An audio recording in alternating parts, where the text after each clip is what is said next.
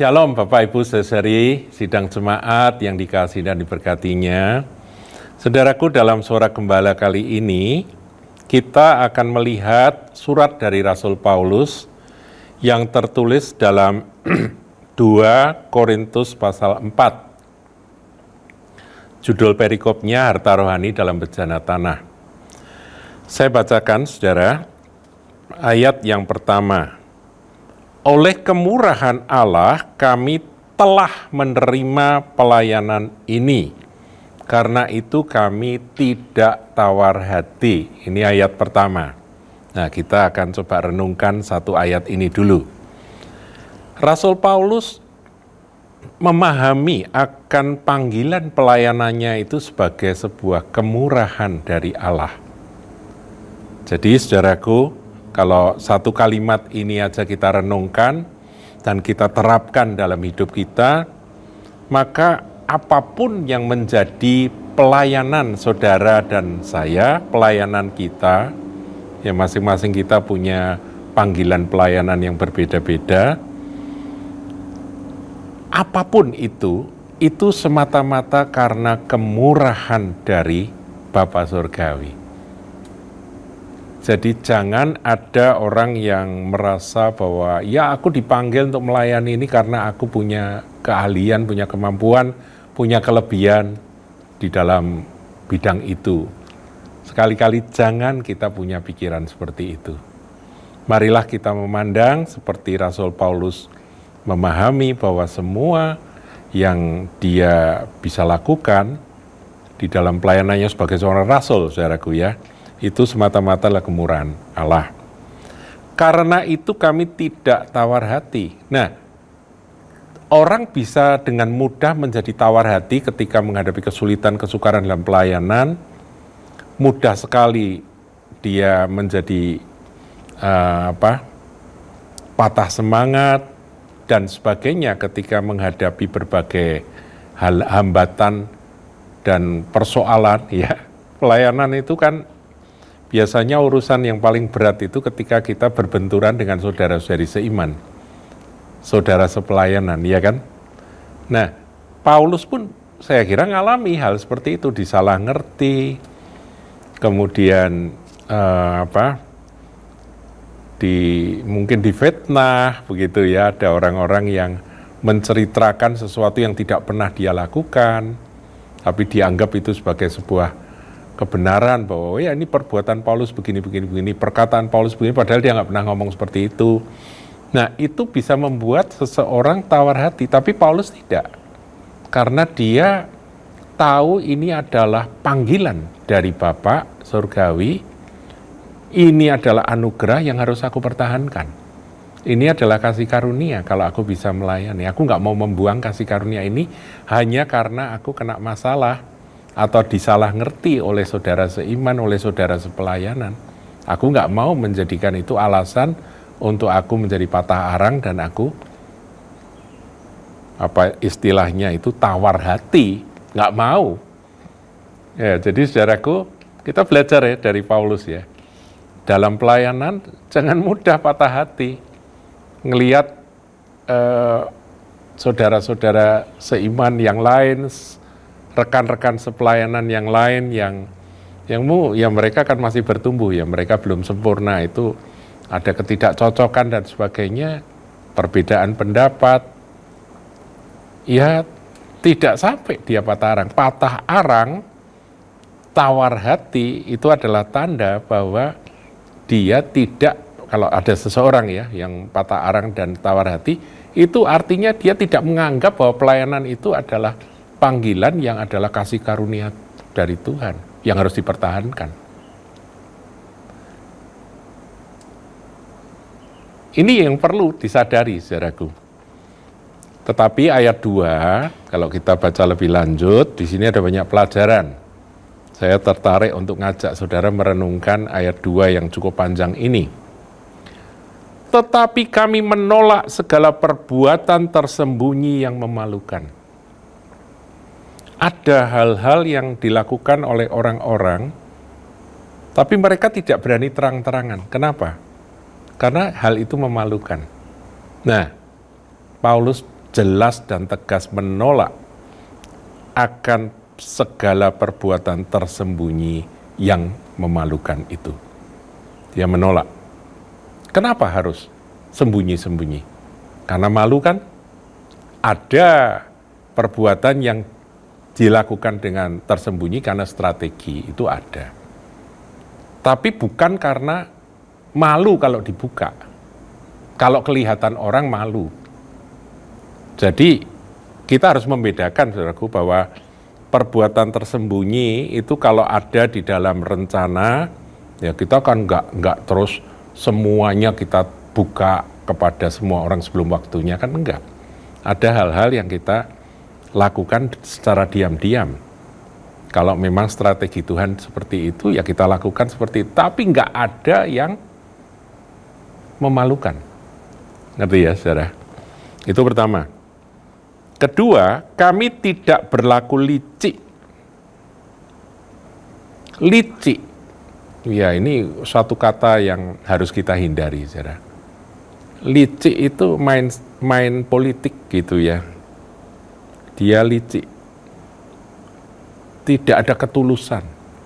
Tidak ada kemurnian hati. Tapi licik.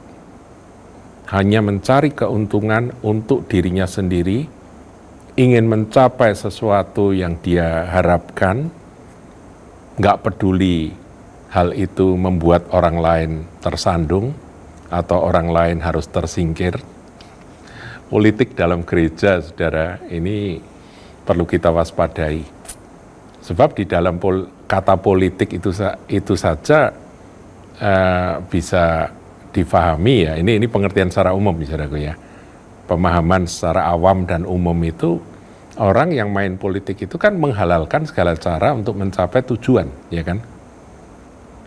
Nah, di dalam gereja, dalam pelayanan ini kan temanya pelayanan, saudara, panggilan pelayanan.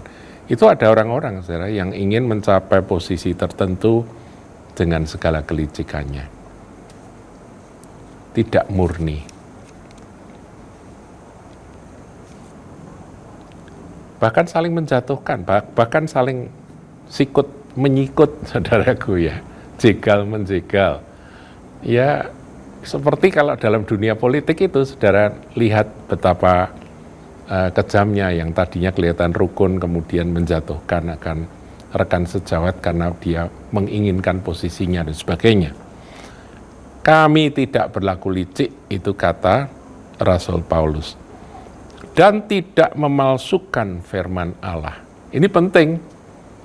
Paulus itu berpegang teguh pada firman Tuhan dan tidak berani mengubah-ubah firman Tuhan hanya demi kepentingan tujuan yang dia ingin capai. Enggak, firman adalah kebenaran dan ini adalah pedoman di dalam perjalanan pelayanan maupun perjalanan hidupku. Tidak memalsukan firman Allah. Kemudian sebaliknya, nah ini mulai kalimat sebaliknya ini bagus direnungkan. Sebaliknya kami menyatakan kebenaran. Saudaraku, nyatakanlah kebenaran dengan penuh keberanian. Dan dengan demikian kami menyerahkan diri kami untuk dipertimbangkan oleh semua orang di hadapan Allah. Saudara, Paulus itu pernah berkata ya, di dalam Kisah Para Rasul, ketika dia berpisah atau menjelang itu adalah pertemuan di mana dia akan segera berpisah dari saudara-saudari yang ada di kota Efesus. Dia katakan demikian, perpisahan Paulus ini saya bacakan, saudaraku ya, dengan para penatua di Efesus. Paulus itu benar-benar hidupnya itu seperti surat terbuka. Dia tadi katakan bahwa dia menolak akan segala perbuatan tersembunyi yang memalukan. Jadi semuanya terbuka. Kemudian yang kedua, dia tidak mau berlaku licik. Ya katakan ya, tidak katakan tidak, sesuai dengan kebenaran firman yang tidak dipalsukan, ya kan? Nah, kemudian dia berkata, aku menyerahkan diriku untuk ditonton, untuk dilihat, untuk dinilai. Bagaimana hidupku ini? Engkau menilai. Aku bukan sempurna, tapi aku mau apa adanya seperti yang engkau lihat ini aku. Itu yang Paulus ingin sampaikan. Nah, di dalam Kisah 20, tadi saya katakan perpisahan Paulus dengan para penatua di Efesus, saudaraku. Dia berkata seperti ini. Ayat yang ke-20. Ini kan mau berpisah ya, mau berpisah dengan para penatua, ini adalah kata-kata perpisahannya. Ayat 25. Dan sekarang aku tahu bahwa kamu tidak akan melihat mukaku lagi, kamu sekalian yang telah kukunjungi untuk memberitakan kerajaan Allah. Ayat 26, sebab itu pada hari ini aku bersaksi kepadamu, bahwa aku bersih dan tidak bersalah terhadap siapapun yang akan binasa. Karena seluruh firman dia sudah ajarkan, dia sudah sampaikan. Ayat 27, sebab aku tidak lalai memberitakan seluruh maksud Allah kepadamu. Jadi Paulus benar-benar berkata bahwa aku ini bersih loh. Aku ini tidak ada salah, kamu melihat hidupku lah. Hari-hari engkau melihat aku seperti apa hidupku. Aku nggak pernah melakukan hal-hal tersembunyi yang memalukan. Aku tidak pernah berbuat licik, aku nggak pernah memalsukan firman. Semua yang menjadi firman Tuhan, Injil, kebenaran, aku sudah beritakan kepadamu. Seluruh maksud Allah aku sampaikan kepadamu. Kalau aku sudah lakukan itu, tetap saja ada yang binasa, ya itu tanggung jawabmu sendiri. Itu maksud Paulus dengan kalimat tadi. Ya. Nah, kembali saudaraku. Kembali ke 2 Korintus 4, kita lihat ayat yang kan tadi dia katakan demikian. Sebaliknya kami menyatakan kebenaran dan dengan demikian kami menyerahkan diri kami untuk dipertimbangkan oleh semua orang di hadapan Allah. Lihat, nilailah sendiri, lihatlah dan nilailah akan kehidupanku. Ayat 3, jika Injil yang kami beritakan masih tertutup juga, maka ia tertutup untuk mereka yang akan binasa. Ini prinsip yang kita perlu pegang, saudaraku. Di dalam kita memberitakan Injil, di dalam kita menjelaskan kebenaran, dengan penuh kesabaran, dengan penuh ketulusan kita melakukan itu. Kalau ada orang yang masih nggak bisa lihat kebenaran Injil itu, tetap tertutup matanya, maka firman katakan di sini, Paulus berkata, ia tertutup, Injil itu tertutup untuk mereka yang akan binasa. Jadi rupa-rupanya memang nggak semua orang yang mendengar Injil itu mau menerima. Meskipun sudah dijelaskan segamblang mungkin, sejelas mungkin, ya seperti kami menjelaskan tentang Yesus itu adalah Tuhan, Yesus itu adalah Juru Selamat, Yesus adalah firman yang menjadi manusia dan firman itu adalah Allah. Itu kami jelaskan sejelas-jelasnya, tetapi dalam dialog-dialog kami berjumpa dengan orang-orang yang tetap saja menolak akan Injil itu. Nah, kalau tetap tertutup kita sudah jelaskan, yaitu Injil itu memang tetap tertutup bagi mereka yang akan binasa. Jadi memang ada loh saudaraku, orang-orang dengar Injil, tapi mereka menutup hati. Ya itu misteri Tuhan ya, kita doakan, kita berbelas kasihan. Tapi kalau sampai mati mereka tetap menolak Injil, ya mereka binasa. Sesederhana itu, Tuhan Yesus sendiri berkata, engkau tidak percaya kepadaku karena engkau tidak termasuk domba-dombaku. Ya. Ayat 4, yaitu orang-orang yang tidak percaya, Gitu. Kenapa tidak percaya? Karena tidak termasuk domba-dombanya Kristus. Ini gampang aja ya. Kalau kita sudah melihat ada orang-orang yang tetap menolak, ya kalau orangnya masih hidup ya mungkin dikasih kesempatan, saudaraku. Tapi kalau dia sampai mati tetap menolak, ya sudah. Kita kan nggak bisa maksa, Tuhan aja nggak maksa kok.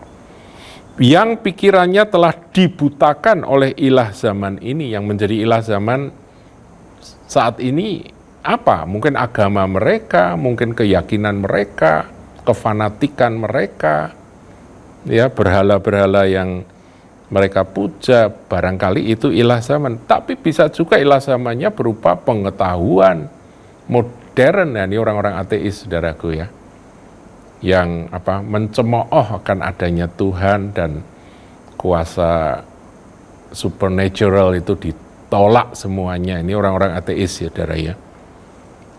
Ilah zamannya adalah ateisme, ya. Tapi ada juga ilah zamannya adalah nabi-nabi pujaan mereka. Ilah zamannya adalah, ada juga yang ilah zamannya adalah harta, saudara, dan kesuksesan dan kekayaan jasmani. Ilah zamannya adalah hedonisme, kesenangan dunia ini, macam-macam, saudara. Ilah zamannya macam-macam. Pikirannya telah dibutakan oleh ilah zaman ini sehingga mereka tidak melihat cahaya Injil. Injil itu cahayanya sangat terang tapi tidak bisa lihat. Tentang kemuliaan Kristus. Kalau saudara membaca Injil, saudara melihat kemuliaan Kristus yang luar biasa, yang begitu memukau akan orang-orang yang menemukan kebenaran di dalam Injil tersebut. Betapa mulianya Tuhan kita Yesus Kristus yang adalah gambaran Allah itu. Tetapi ada orang yang tetap menolak, saudaraku. Nggak usah sakit hati, saudara. Kalau Yesus dihina-hina, diejek-ejek sejak dulu, saudara. Jadi kita nggak usah marah, nggak usah jengkel. Maafkan aja, ampuni saja. Dikatakan Tuhanmu digantung di tiang semburan, pakai kolor dan sebagainya, biarin. Doakan saja. Barangkali ada di antara mereka yang tiba-tiba beroleh kasih karunia. Itulah doa kita. Tuhan Yesus memberkati.